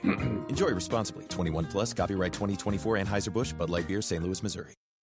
Hey, this is Barry McKnight from Longshore and McKnight, telling you about our friends at River Region Straw. You're not buying sticks or stems and pine cones. You're buying premium long needle pine straw from River Region Straw. Kenny and his staff have access to the best pine straw in the River Region, full of color, that'll last all season long. They've got locations in Montgomery, Prattville, and Auburn, and no order is too big or too small. From a few bales to an 18-wheeler trailer load, River Region Straw also has seasoned firewood for the cold days and nights ahead. Pickup is available, and your order can be delivered if you like. They can even spread your pine straw if that's what you want to have happen, for sure. Call or text Kenny today, 669-5959. That's 669-5959 for all of your pine straw and firewood needs at River Region Straw. Okay, welcome back. It is about 28 minutes past the hour of hour number 2 here with Longshore and McKnight. How did I miss this? And I think it happened maybe over the weekend. The Alabama cheerleaders won the national championship. How do you win a national championship in cheerleading? NIL? Golly, what are some of the answers we've had before about how do you win national championships? You pay him under the table. You get one guy and offer his dad $180,000. What other? You luck out. Lightning in a bottle. Bad bounce of the ball. Fluke play. Half a championship when you're on probation. There's a lot of different ways Alabama's cheerleaders could have won a national championship. Well, Barry, I've come to find out that this is the 7th. I mean, behind football, does the cheerleading squad have the second most natties? I mean, does the gymnastics team have 7? I don't think so. I don't think so. But I didn't know this. Believe me, I've been following cheerleaders for a long time. You know, ever since I was a young boy, I've paid attention to cheerleaders, and I didn't realize this, John. They recruit cheerleaders. I didn't know that. They recruit them. I mean, they offer them scholarships and recruiting. And I know that back in the day, man, I could have been like the Max Enfinger. Yeah. I could have been like the Forrest Davis of high school cheerleader recruiting. Hey man, there's this girl over at Lincoln High School. She's a 5-star. You know, her dad's kind of. I don't know if the media. They recruit cheerleaders. Yeah, I don't know if the media department. I don't know. Maybe I just slipped up and didn't pay attention. Are they having a parade? I mean, I know they don't roll natties. I know they don't roll trees in Tuscaloosa, so I don't know how they celebrate stuff like that. Do they put handprints in cement there at Jenny Chimes? I have questions. I hate to say it, but I really don't watch the cheerleaders. I mean, I notice them every now and then. Excuse me, time out. Do you expect me? There is not a person watching this right now who believes what you just said. Well, John 40 years ago, when I knew I wasn't getting into the game, I mean, I certainly was watching the cheerleaders because I dated one of them, and I would kind of tap my wrist like, look, when this game's over, I'm coming to pick you up, you know. So I was trying to get my post-game plans together. But I will say this quickly as we're about to transition into basketball. You've heard me talk about this before. And Greg Byrne obviously hadn't gotten the message about that media area at Coleman that you see every time they play on TV. When the ball goes to that end of the court, all you're looking at is it just attracts me. It's just like an eyesore. It's like a pimple that you don't want people to look at, but you can't help it. And I'm going, why in the world is the media right there? Put them somewhere else. Put the fans right there. Get the media out of there. These guys are sitting on their phones or sitting down. There's no energy there in that part of the building. It sucks. It's stupid. And then the next thing I notice, there's like 10 cheerleaders standing right behind in that little area where the team comes out of the tunnel. I'm going, can you put them anywhere but there? I mean, I don't know who configured how everything's done inside Coleman, but they got to rethink that. It looks terrible on television. And I've sat there behind those cheerleaders, or actually in front of them, and they're kind of annoying because you can hear the pom-poms moving and you can hear them cheering. And I kind of want to go, can y'all go somewhere else? Do you have to stand right here and annoy me? John's that guy when the Crimson Cabaret is out there. John's like, come on. Yeah. Why? Get out of the way. Stop. Yeah. Someday they are going to listen to me.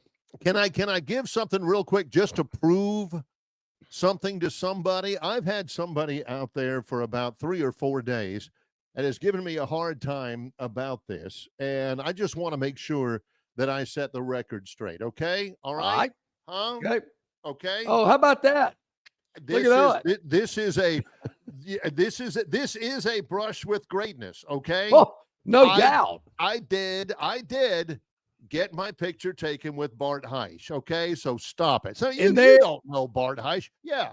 I got my picture made with him. There is the video evidence, ladies and gentlemen. Yeah. And he joins us now. Our college basketball insider, Bart Hyche, joining us here on our City of Montgomery guest hotline. Bart, man, you don't give many freebie pictures away. And I understand that was a freebie. Man, all this talk of cheerleaders and I guess mascots are involved in that as well. Yeah, but John, don't get me started on Big Al now. Oh. I'm gonna tell you. I mean, I'm just gonna tell you. All I can do. I'm gonna sound like my daddy here. All I can do is tell you what happened. I can't really go into a whole lot more than what happened, right? Well, I see a legend sitting down on down about 4 seats down from me before the Troy South Alabama game. Phenomenal game, by the way. And so I could tell he was busy. You don't want to get in. Talk about greatness. You don't want to mess up greatness while it's in action. Yeah. So I ease on down there. Well, we chat for a second. He said hey to my friend that was with me, and we're chatting and we get our picture, and just everything was normal. It was good for both of us, and we got to see each other. But John, speaking of this cheerleader and mascot thing, Miss Paula, the South Alabama mascot, has come for the last year and a half and gotten a picture with me. Oh. Every single game she comes and she puts her arm around me and she waits on the selfie and she stands there and she, gets ready for it. Last time she actually even came by, pulled my ear set off and gave me a little paw in the ear. How about that? Now that happened.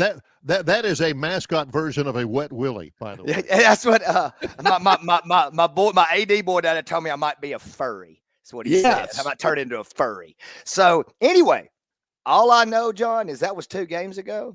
And at that Troy game, she didn't come over after I got a picture with Barry. Jealous.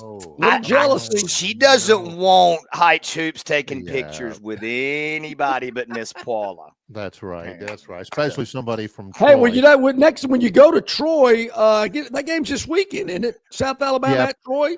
I don't get to go I'm not important enough to go to the away games. Okay, I'm about to say because I'll be in Columbia. You need to get the Troy mascot to take a picture with you. Yeah, we got to get that done. You mentioned phenomenal game. It came down to the last 1.9 seconds.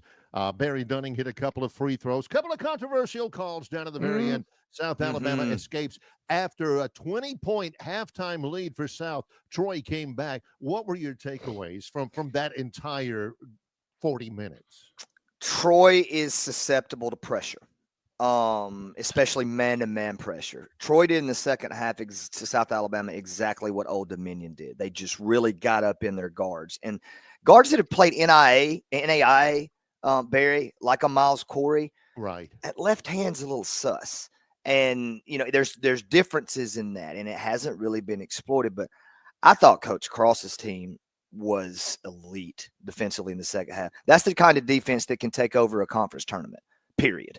And the zone still just gives a lot of people a little quirky problem. I would have liked to see Dowd catch it more in the middle at times. I really think he can be a playmaker in there for Troy. But I was listening to Scott Cross on the subject. I agree with Coach Cross about the ticky-tack fouls that are being called a lot across college basketball. And for a team like Troy, for a team like Mississippi State that really likes to get after you, those things harm you. But Troy will be there. As a top 3-4 team in that league. I think South is still the class of the league. But you have to worry a little bit, about this weekend, going to Troy, going to your rival with that momentum. Will it still sustain? But overall, the crowd was phenomenal. Probably the biggest crowd I've seen at South. So we got some excitement in basketball in the state of Alabama, and I like it. Bart, we asked Coach Cross yesterday about fouling. In the ticky-tack, and he brought it up, and he mentioned he had spoken to someone about it, an official within the SEC, and I think it seems that they do want to play a little more physical. I was thinking about the Alabama Texas A&M game where there were 50-something free throws attempted or something like that, or fouls called or whatnot. And then I'm watching the Alabama-Kentucky game on Saturday, and they're letting these guys play. I mean, it's pretty physical there. And I know we've talked about it a lot. As a fan and a consumer of college basketball, I don't want to see a free throw shooting contest. I don't think most fans do either. Is there a fine line that they can maybe try to get to? We don't want to go all out NBA, but we don't want to go, you breathe on a guy and they're blowing the whistle. It's a catch-22, no pun intended. I feel like that fans want to see points. Conferences want to see points. This wide open style of basketball has geared us to points. So back in the day when you would throw it in the post and you had two guys banging and banging and banging, every one of those is a foul nowadays, right? But it's the dribble drives to where the hands, you're knocking guys off. Last night in the Ole Miss A&M game, Ole Miss shot their first free throws, guys, with 3.5 minutes to go in the game. Ooh, wow. Whoa. A&M was only 5 of 6 at that time. So what do? They make it consistent. I don't really care which way it is. Boy, I'd have loved all this ticky-tack stuff. I'd have shot 100 free throws. That's exactly right. Yeah. I mean, you got to play to the strengths, whatever it is. I don't care how you call it. I just want it called the same. You get Kip Kissinger on a game, all of a sudden, then the next you know, you get Alondas Poole on one, and those are going to be a very wide range of how that game's called. I'm not picking on those two guys. Well, I'm picking on Kip Kissinger. I feel about him like I do Calipari. But cost State two games in this very manner I'm talking about. One an NCAA tournament game 2 years ago against Pitt. But it needs consistency across conferences, across the nation. Some are going to be more physical. Like you can hear coaches all the time, the SEC is going to be more physical, more athletes, more above the rim. The Big Ten is going to be more fundamental, more banging, more footwork. All that's great. Just make the officials know what the rules are, and let's have consistency. In my opinion right now, which if I don't like it because I ain't playing, I would have loved this if I was playing. I would have absolutely loved how the game's being called right now. Coach Crossway got real mad if I was playing in the Sun Belt because I would have shot 12 free throws a game. It's just – think about like in high school. Perfect example. It's different to dominate high school games, obviously, than it is college games. But, guys, in the regional final, I shot 26 free throws one night because I could tell that the officials were going to give me the reach call. We were in the bonus with 5 minutes to go in the first quarter, right? That's where I think sometimes Buzz Williams' teams look at this stuff. Alabama is a great example that can beat you from the free throw line. So consistency is what I want. I don't care how it's called. Right after you called the telecast of Troy's game against South Alabama down in Mobile, on the way back on the team bus back to Troy, they were crushed and everything, but we got a chance to watch on the televisions in the bus from the hump, a classic game. Mississippi State playing at home, gave up an 8-point halftime lead. They go to overtime against Ole Miss and just scraped that one out 84-81.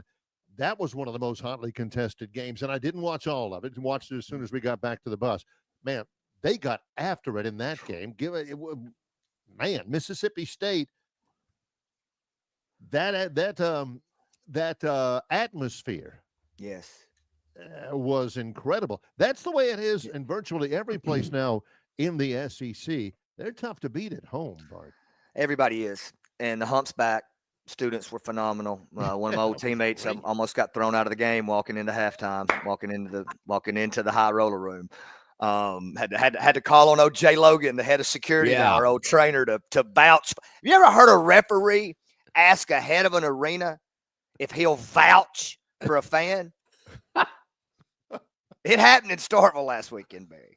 So my guy vouched for my boy. You should have seen him over on TV sitting on the court. Didn't even move. Had his hands together. That's too good.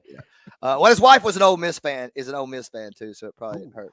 But the State lost at Tennessee, which I was surprised at. I didn't. I thought we're not playing good on the road, guys. We're just not. Vandy game was good, but Hub hadn't been able to get going. Actually, really, the whole SEC season in the first game. I think a lot of people are putting length on him. I know what that feels like. Not putting myself in the category of Josh Hubbard, but I do know what it's like to have 6'7s running around guarding you with all that length. The atmosphere is back at home, but it's so much pressure because you have to protect your home court. If you look at the SEC right now, cut that line about between Georgia and Texas. I think it's State, Vandy, Georgia, Texas, Oklahoma.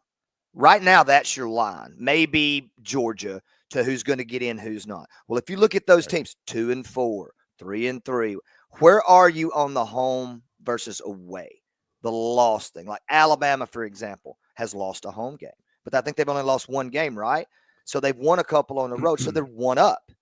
You got to stay one up. It's just like golf, John. It's just like when you're out there on hitting that just beautiful cut over. I mean, I used about 350 yards down there on 18. All the people sitting up there at Montgomery Country Club waiting on you to approach. Bro, it's like you have to be one up going into 18. Oh, you ain't gonna lose. But it's those games like last night. Michael White is waking up this morning kicking himself, man, because that atmosphere was not there. You've been out there this year, Barry, with Troy to Arkansas. Yeah. Arkansas made 30 free throws to Georgia's 8 last night. There's your discrepancy. So, but home, as far as State goes, huge game this weekend. Nobody's really paying attention to State going to Columbia. I'm going. I know how big it is. That's an early game too, Bart. 11 o'clock. I wish State would have won. I wish South Carolina would have won last night. Should have beat Florida.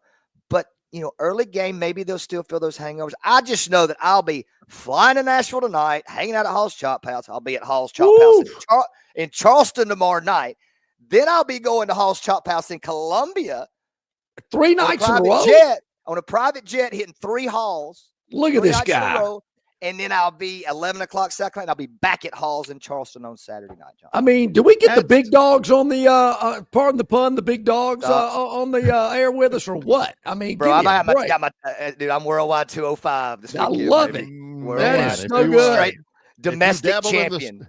If you dabble in the stock market, you might want to plant a few into the Hall's Chop House holding company there. Goodness Hey, gracious. Bart, we had a guest on earlier today. I thought he made some great points. One really hit me. Talking about Duke. I believe they've only got one quad one opponent left on their schedule. Where the Auburn's SEC got like 10 or 11. The SEC's beating each other up each and every week. To me, that leads me to, well, the SEC is going to be battle tested when tournament time rolls around. I mean, are we looking at what do you think, 3-bid league ACC?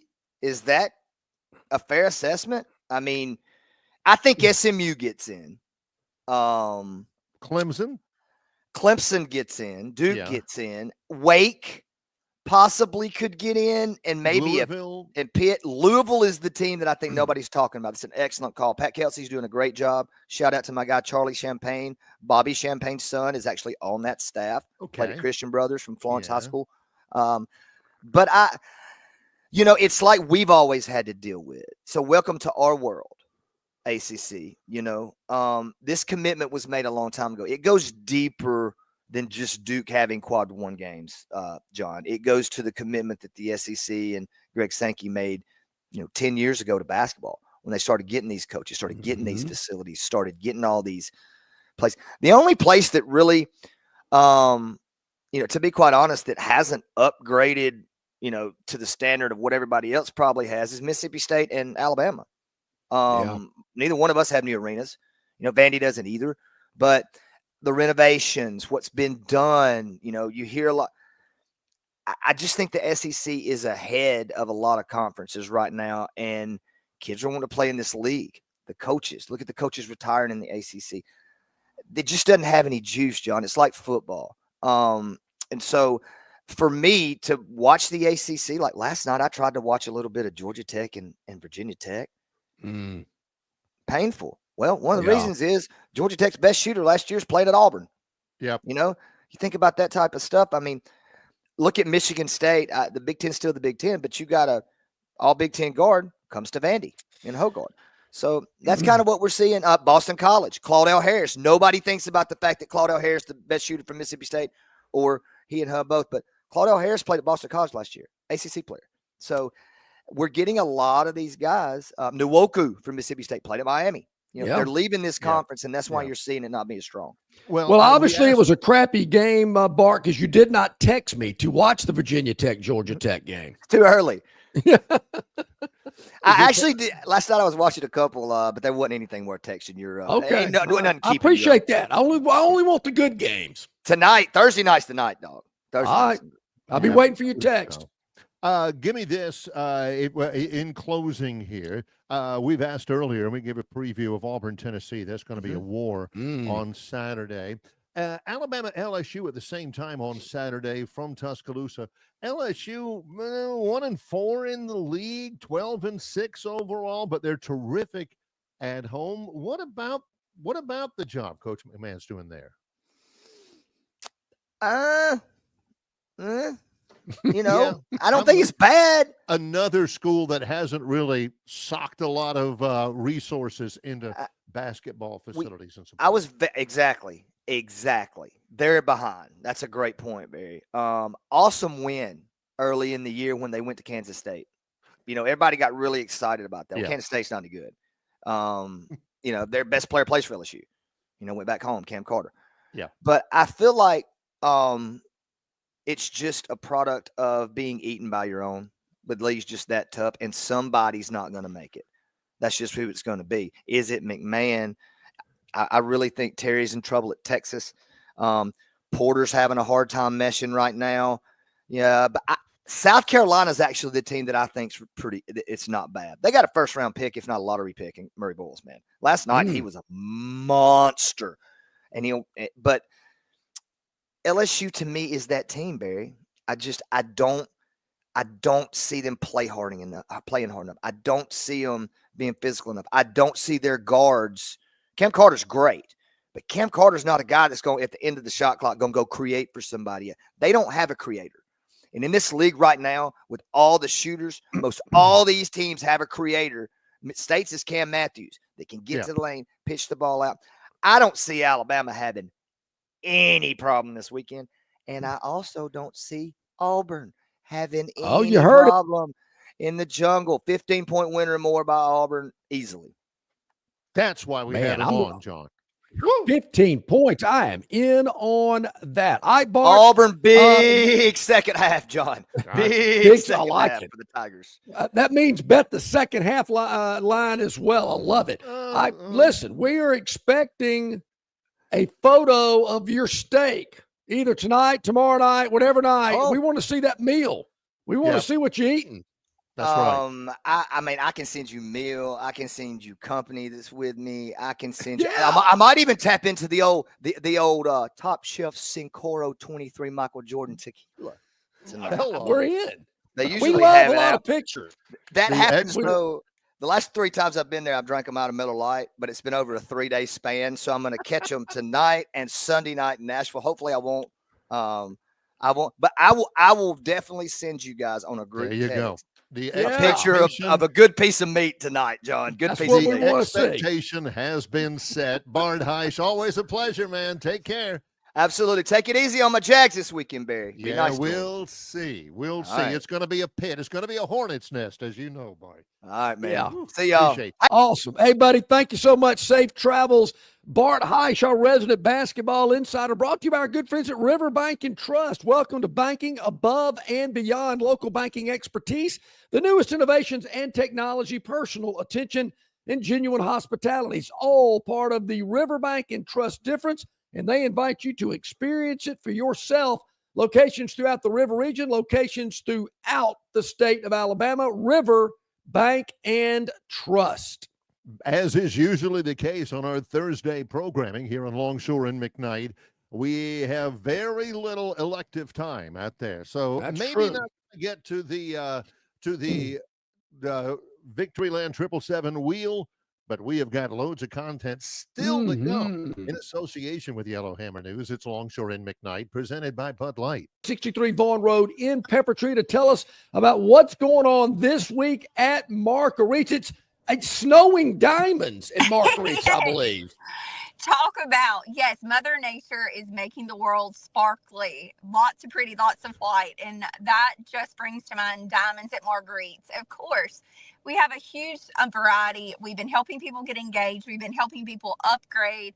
Lots of great anniversaries. And just like we mentioned last week, we are wanting people to go through their jewelry box, do that cleaning, do that consolidating. We've been helping lots of people redesign their jewelry, making beautiful pieces out of it, different rings, different necklaces. So look through your jewelry box. If you haven't used it in a while, dust it off, let us redesign it, or let us give you cash for that jewelry. And as always, huge diamond supplies at Marguerite's. You get to select your color, your cut, your clarity. Guys, don't worry. Don't do that Google one-on-one. You can come through our door and we'll help you figure out exactly the perfect stone for you. Maybe one of the more interesting things that I've seen in our long association with Marguerite's Exquisite Jewelry is the advent of lab-grown diamonds, which didn't used to be a thing.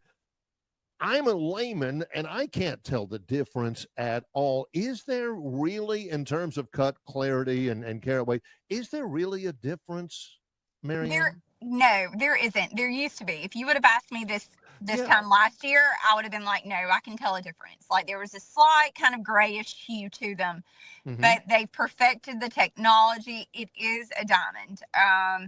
All diamonds are carbon that have had a whole lot of heat, a whole lot of pressure. The heat and pressure takes place most of the time in the Earth's core. For natural diamonds, it just takes place in a GE machine now. So it takes a $4,000 to $5,000 machine that Marguerite's has to be able to tell if it's a natural, which is a type 1A diamond, or a lab-created diamond, which is type 2A. So it will hold up to everyday wear and tear. We've done lots of lab-created diamond studs, just women wanting to get a larger size, or maybe, it's your daughter, she's not super responsible yet, or heck, it could be your wife. I mean, I know lots of my friends that cannot keep track of diamond studs.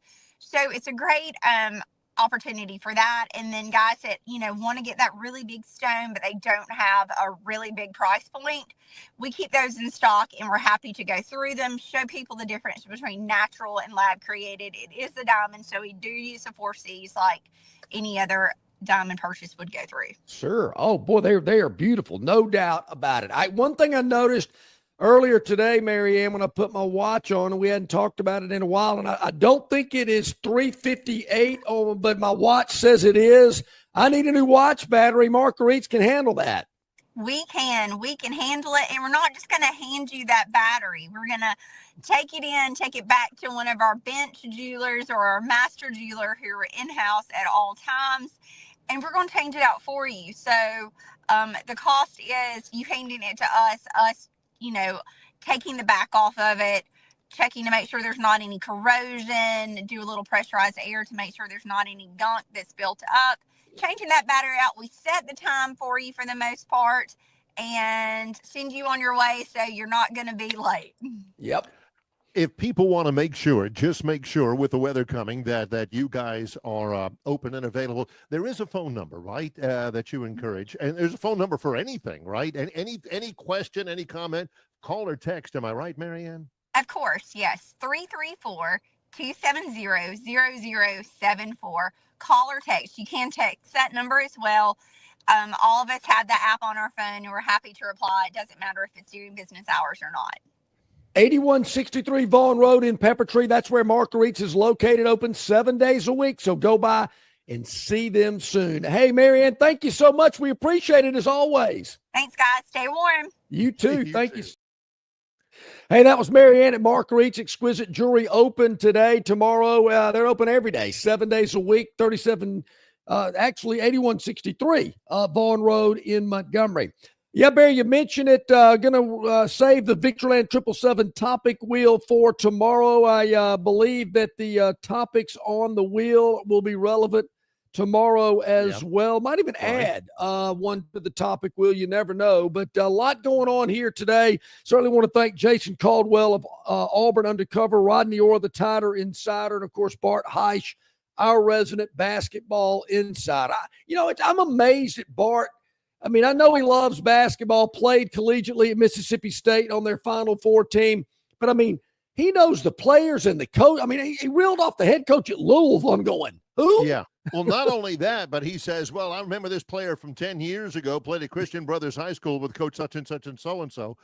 And I mean, I remember 10 years ago, and I've heard of Christian Brothers High School, but how did you know that guy played for coach so-and-so? You can probably tell you the record and stuff. That is a basketball lifer out there. Yeah, tomorrow we're at Stivers Ford Lincoln on the Eastern Boulevard of the Troy Highway. We'll be live and we'll be previewing the NFL playoffs. My favorite stat from the conference championship game matchups.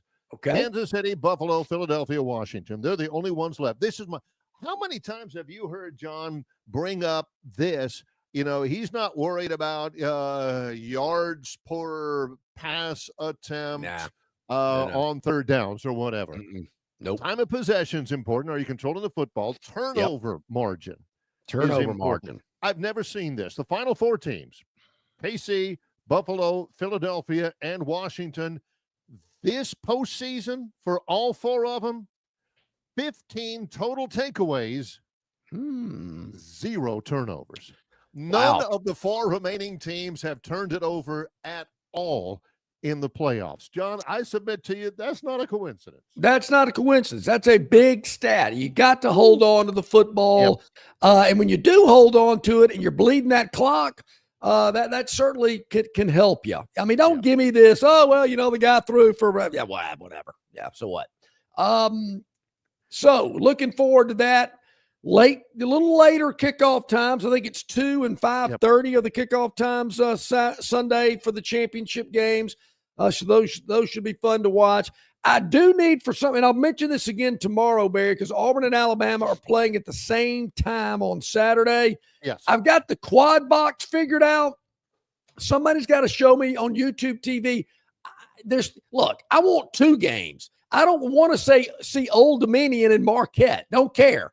How do I get that one off and just go to 2 screens? Is there some setting where you can go, I want 2 games, I want them beside each other, not on top of the other or whatever, and this is the audio I want? Because you'll have one playoff game going on, Bills Chiefs, Auburn and Tennessee, and Alabama LSU. You ain't putting reruns of Hazel down on the other quad box down there. You got to, you know, and it's distracting out there, you know? It is. And I figured out how to get the audio. I figured that part out.